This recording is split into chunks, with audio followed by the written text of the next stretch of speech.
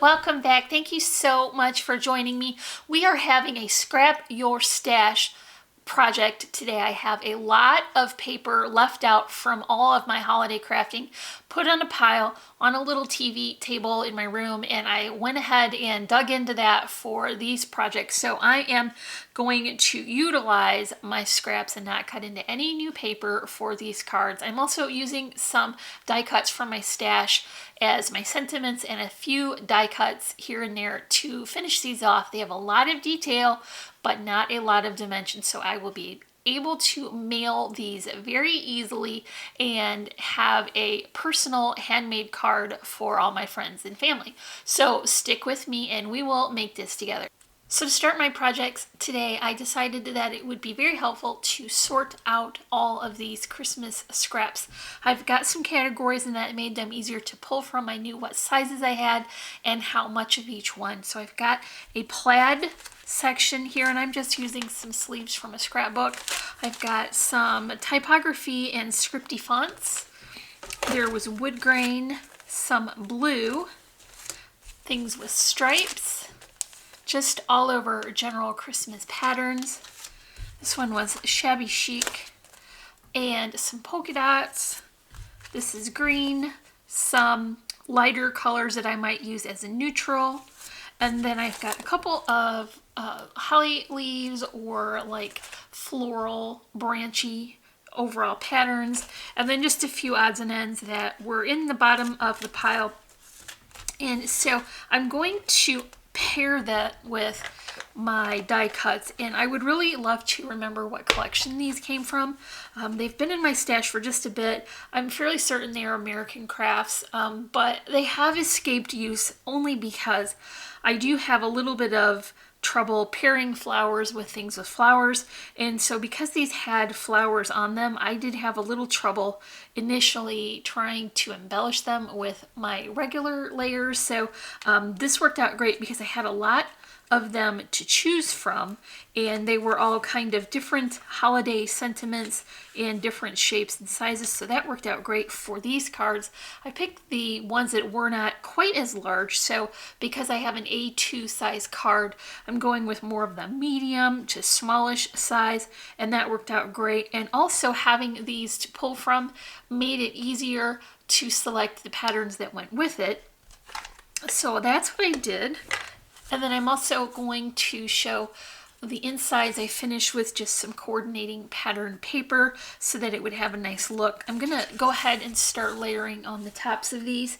So I have a pattern here that is a little bit dark, but I think you will get it when I have all the layers put on. So I think the inspiration for this card is the next pattern, and I really wanted it to be a prominent contrast. So I picked this darker, kind of more neutral background, and then I'm going to top it with this beautiful log pattern. It's just the end of a pile of logs, so it has a lot of overall pattern in what appears to be a coordinating background between those logs and this holiday pattern. So it has some snowflakes and a little bit of snow. Here's where I'm going to bring in these smaller bits of the plaid papers that I had left over. I just ran that through my die cutting machine with a banner shape like a fishtail, and has a slight stitching effect too, so that gives it some more detail on the side. I'm just lining that up with the top of the card and then right alongside my first layer of pattern paper. And then I've got a second of the banner shapes again, and I'm just going to top that over kind of both of them. I'll bring it down a little bit so that it will show better, and then I'm just going to secure that. So you'll notice that I am not using any foam or dimensional bits, and I really want to be able to put these in a regular standard A2 size envelope, which they will fit perfectly. And so I know that these may take some additional postage. So because they have a guide at the post office where they can decide if your envelope fits through a slot, this helps them to determine if your package needs to be hand sorted or it can be processed mechanically. And so what they're looking for is that it is not too wide, and it will be okay if it gets bent slightly, rolled between the machine rollers. So this will work out perfectly. I know it will not ship with just one stamp, but it will go under letter mail. So that makes it very good. Now, if you're making your own envelopes, make sure that you stick with a standard size so that you are not paying for package shipping instead of letter mail. Here is my first die cut, and it has a beautiful combination of fonts. I think one is more typewritery and then the next is scripty in what appears to be like an embroidery hoop with those florals on the bottom. And you see what I did was offset my doily because I did want it to take up a little bit more of this background. And once again, I'm just adding that with my double-sided adhesive tape because I want it to be flat. I'm going to bring in a little bit of detail for my corner to finish this card, and I did create some flowers and some holly leaves. These came from Cherryland Designs, and it was part of a combination that had a bell and some other Christmassy die cuts. And then this is my Becca Feekin Cinch and Go poinsettia. I created this as I would normally with my dimensional flowers, but I didn't shape them. And then I did add, instead of a large stamen for the center, I just cropped a piece of glittery cardstock. So that will finish off the center of the flower and keep it all nice and flat. So I'm just going to arrange these as I would if I were making a big kind of dimensional arrangement, putting some of the leaves on either side, and then topping it with my poinsettia, being very careful not to cover any of that sentiment. So here's my first card done.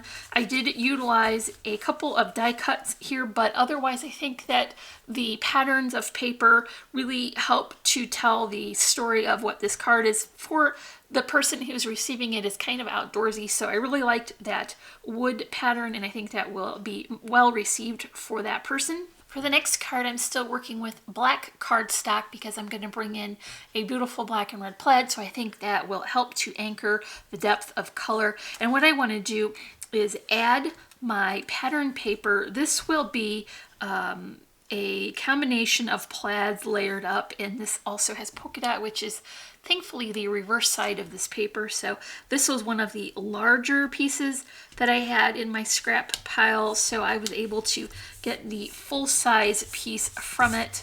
And then I'm just going to pair it with that polka dot.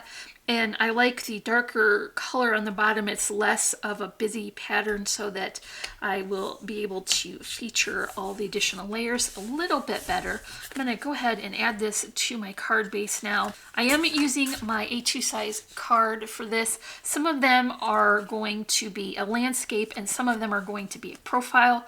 So that will be having a little bit of a different look for them. And I'm using all of my same borders as I would a traditional heavily layered card.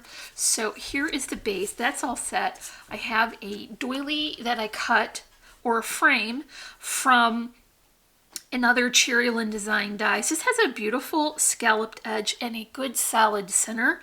And what I wanted to do is cover the center with that plaid that I mentioned. I don't have the exact die to cut the layering piece for this, so I simply flipped over my die and traced around in the inside ring and cut that out very carefully. So now I know that this is going to fit perfectly, and I put this on that beautiful red. It's a diagonal plaid, and I think that looks really smart with the polka dot. And so here is the base for my next layer. I've got a tree. This is cut from a Sizzix die from white glitter cardstock. And I've had this for a bit now. This die has quite a few sizes. So you could use this sort of template to create yourself some tags. I think this would be a beautiful gift tag for a package, especially if you've wrapped it in craft paper. Now on this sentiment, it does have a little bit of a banner shape, so I knew it would anchor the bottom of this tree very well, and it does have a little bit of that floral with the holly, and so that makes it especially festive. And so I'm just going to add that to the bottom of the tree. I think this one is my favorite card, and I just love the classic colors and the glittery effect of the tree. So that was card number 2. So for this card, I do have some additional die cut layering elements that I want to add. And so the first thing I want to do is top this die cut rectangle that fits perfectly onto my pattern paper. And it has the stitched edge detail, which I love. I'm going to include a small strip of this neutral colored wood grain pattern. That way the additional layers will be easier to see. And what I have is a die cut of a icicle strip. This came from Cherryland Designs as well. So this cuts out a strip of icicles and then it leaves this behind. I kind of like the chunkier side better, so I'm going to apply that one. I can save this for any tags that I make since I still have all of my sentiments and my scraps out. So I'm just going to add this here right along the top edge of that wood grain pattern, and then I'll top it with this extra small strip of diagonal striped candy cane. And honestly, like for regular pattern papers that aren't holiday, I probably wouldn't save a piece this small, but it just makes sense to have some additional layering elements. So I think it is fair to keep a little bitty scrap like this. So here is my I would normally use it as a raised layer, but we're not doing that today. I did want to make sure to come back in and clip off any excess of that snow or the icicle, but it didn't look like it has any on there. So I'll go ahead and add this now. For the pattern paper layer, I am using another plaid, of course, but it isn't really necessarily Christmas pattern. It just really works so well with my image. So I'm going to go ahead and call that Christmassy, and not too much is going to show on the front. Of course, I finished the inside of the card with this, but I think that still looks fine. And then I used a silver cardstock for this, and I think that looks a little bit extra festive. I cut my doily out of the background of this just because I didn't want to get into another piece. Try not to cut into any new paper for any of these except for the base. So I just had to be a little bit more frugal and go ahead and use the inside portion.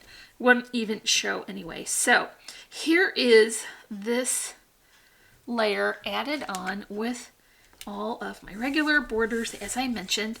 And then I've got my doily, like I said, it's cut from that silver, and I'm gonna put this on with some Tombow just because there isn't a lot of space to add any kind of double-sided adhesive. So I think this will work best, and I'm going to offset this a little. It isn't large, so some of it is going to be hidden underneath the die cut, and so I want to be able to at least see a little corner of it. And I'm going to top it with 2 different images from that die cut pack. One is just going to act as a border, and I'm going to go ahead and cover up that smaller sentiment in there. If I were being extra frugal, I would cut that out with a die, but today the plan was to get as many cards made as I could so that I can get them in the mail in time. I don't think this isn't last minute yet. Probably next week I would consider it last minute, but this is okay today, and I'm just making as many as I need. So here is the actual focal image, a really cute little snow globe with a snowman, and that's just going to go right in the center here. So it's going to have the border from the first die cut, and then I'm going to go ahead and add some flowers. Again, it's the same dies with the holly and the poinsettia. I just like how those look together. And this one has a blue color, of course, to coordinate. Instead of using the larger circle in the center, I used my hole punch just to punch out a small little glittery center and added that with Tombow. I want to make sure that this stays on well during the shipping process, so that is just going to make sure that it stays in place. Here is that card. I really love how this one turned out. I love snow globes anyway and snowmen, so this works out perfectly. So there are the 3 that we assembled today, and then I also went ahead and took care of a couple more off camera just so that we weren't going to be here all day. And so I used more of that icicle border strip, a larger sentiment in the middle with just a scripty font. I had a wreath die that isn't necessarily Christmas, but I think that I helped it to look more Christmassy by adding a die cut bow from red glitter cardstock. I did paper piece all of these layers because I didn't have enough of any one of them, but I think it works out really well. Just having a darker one and then a smaller pattern between so that I could separate the layers. So that is another card. Here's one that's very sweet. I really love these candy pattern on the bottom, so I knew I wanted to work with sort of a softer red to go along with that, and then the pink. So I pulled out this piece of craft paper with red dots. I've layered up a doily. Here's some die cuts. These are the same ones as my first card. I just joined them in the middle so that it would be long enough, and then I would have the fishtail on each end. So this is going to be a landscape, like I mentioned. So that's kind of different than what I usually make. And then my last card is another landscape, and I've put my wood grain on top. That's another thing I don't usually do, but I think this works out really cute because this is more of a homespun card. So wood grain with plaid together is so cute. And then that white doily, that crisp white doily on top with the sentiment looks very sweet. Instead of flowers this time, I did the berries that came with the holly die. Still cut from the red cardstock though, so it has that nice punch. And then inside I did have to join my papers together to get it to be big enough. So here are 6 cards that I created today using only my scraps. I did not cut into any new paper except for the card bases. I did get through a fair few of the die cuts for my stash, so I'm pretty happy about that. And since it's all still sorted, I'll go ahead and make my gift tags before I put them away for the holidays. So if you all enjoyed this project, make sure you leave me a thumbs up and a comment. If you're not already, I would love for you to subscribe. Don't forget to hit the bell notification so you'll be alerted every time we add new content. And don't forget you can check in the description for links to all our social media sites. I'm wishing you all a happy and productive day. Thank you so much for watching. Bye.